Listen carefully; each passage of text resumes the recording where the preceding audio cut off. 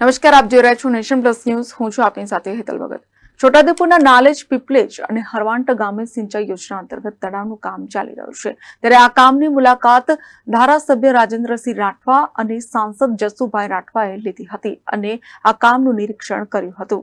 છોટાઉદેપુર તાલુકાના નાલેજ, પીપલેજ અને હરવાંટ ગામે સિંચાઈ યોજના અંતર્ગત તળાવની નવીનીકરણ માટે કામ ચાલી રહ્યું છે. જે કામગીરીની મુલાકાત લઈને ધારાસભ્ય રાજેન્દ્રસિંહ રાઠવા, સાંસદ જસુભાઈ રાઠવાએ નિરીક્ષણ કર્યું હતું. છોટાઉદેપુર જિલ્લાના ત્રણેય ધારાસભ્યોની રજૂઆતના પગલે રાજ્ય સરકાર દ્વારા સિંચાઈ તળાવના નવીનીકરણ માટે ગ્રાન્ટ ફાળવવામાં આવી છે. જે અંતર્ગત છોટાઉદેપુર તાલુકાના નાલેજ, પીપલેજ અને હરવાંટ ગામે સિંચાઈ તળાવની કામગીરી ચાલી રહી છે. જેમાં છોટાઉદેપુરના નાલેજમાં 2.78 કરોડના ખર્ચે કામગીરી ચાલી રહી છે, જ્યારે હરવાંટ ગામે 1.32 કરોડના ખર્ચે કામગીરી ચાલી રહી છે. આ સિંચાઈ તળાવથી મોટી અમરોલ અને હરવાંટ જેવા લગભગ 400 હેક્ટર ઉપરાંતની જમીનોને આવનારા દિવસોમાં આ તળાવથી સિંચાઈનો લાભ મળવાનો છે. એ જ રીતે નાલેજ, પીપલેજમાં સિંચાઈનો લાભ મળવાનો છે. જ્યારે છોટાઉદેપુર વિધાનસભાના ધારાસભ્ય રાજેન્દ્રસિંહ રાઠવા, લોકસભાના સાંસદ જસુભાઈ રાઠવા, કાર્યપાલક એન્જિનિયર પંચાયત સિંચાઈ વિભાગના અમિત મિશ્રા, નાયબ કાર્યપાલક એન્જિનિયર હરીશ પટેલ, એસઓ પૂર્વલ પટેલ ઉપસ્થિત રહ્યા હતા. ધારાસભ્ય અને સાંસદ સહિતના સંબંધિત વિભાગના અધિકારીઓએ બંને તળાવોની મુલાકાત લઈને કામગીરીનું નિરીક્ષણ કર્યું હતું. સાથે અધિકારીઓને જરૂરી સૂચનો પણ કર્યા હતા. આ વિસ્તારના ખેડૂતોને વધુમાં વધુ લાભ મળે તે માટે રાજ્ય સરકાર દ્વારા આ કામગીરી કરવામાં આવી રહી છે, જેને લઈને વિસ્તારના ખેડૂતોમાં પણ ખુશી જોવા મળી રહી છે. આજે છોટાઉદેપુર ખાતે છોટાઉદેપુર તાલુકામાં પીપલેજ અને હરવાંટ સિંચાઈ તળાવની નવા ચૂંટાયેલા સાંસદ આદરણીય જસુભાઈ રાઠવા સાહેબ સાથે અને કાર્યપાલક ઇજનેરશ્રી અને એમની ટીમ સાથે અમે આ કામ જે ચાલી રહ્યું છે એ કામની મુલાકાત લેવા માટે આવ્યા હતા.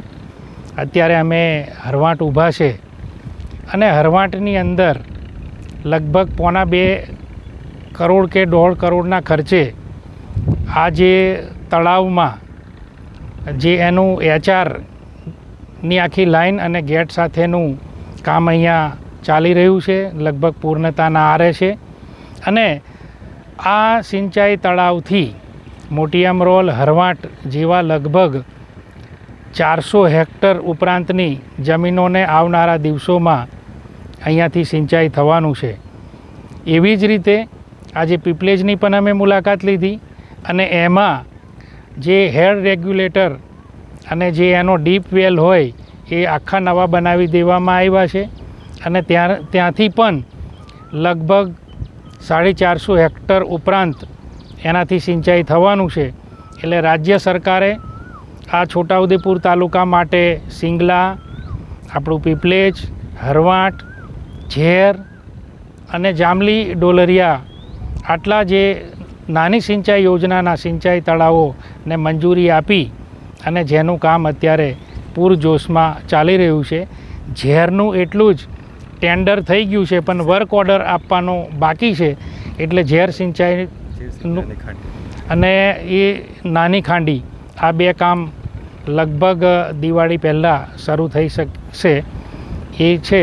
અને આજે અમે આ જે કાર્યપાલક ઇજનેરશ્રી સાથે અને સાંસદશ્રી સાથે આજે આ સિંચાઈ તળાવની મુલાકાત લીધી અને મુલાકાતથી અમને ખૂબ આનંદ થયો અને આશા રાખીએ કે આવનારા દિવસોની અંદર આ વિસ્તારના ખેડૂતોને અહીંયાથી પહેલાં કરતાં પણ વધારે ક્ષમતાનું પિયતનું પાણી મળવાનું છે. Rehan Patel, nation plus news, Chhota Udepur. સમાચારોના સતત અપડેટ મેળવવા માટે અમારી નેશન પ્લસ ન્યૂઝની યુટ્યુબ ચેનલને સબસ્ક્રાઇબ કરો, બેલ આઇકન દબાવો અને જોડાયેલા રહો ફેસબુક, ઇન્સ્ટાગ્રામ અને ટ્વિટર પર.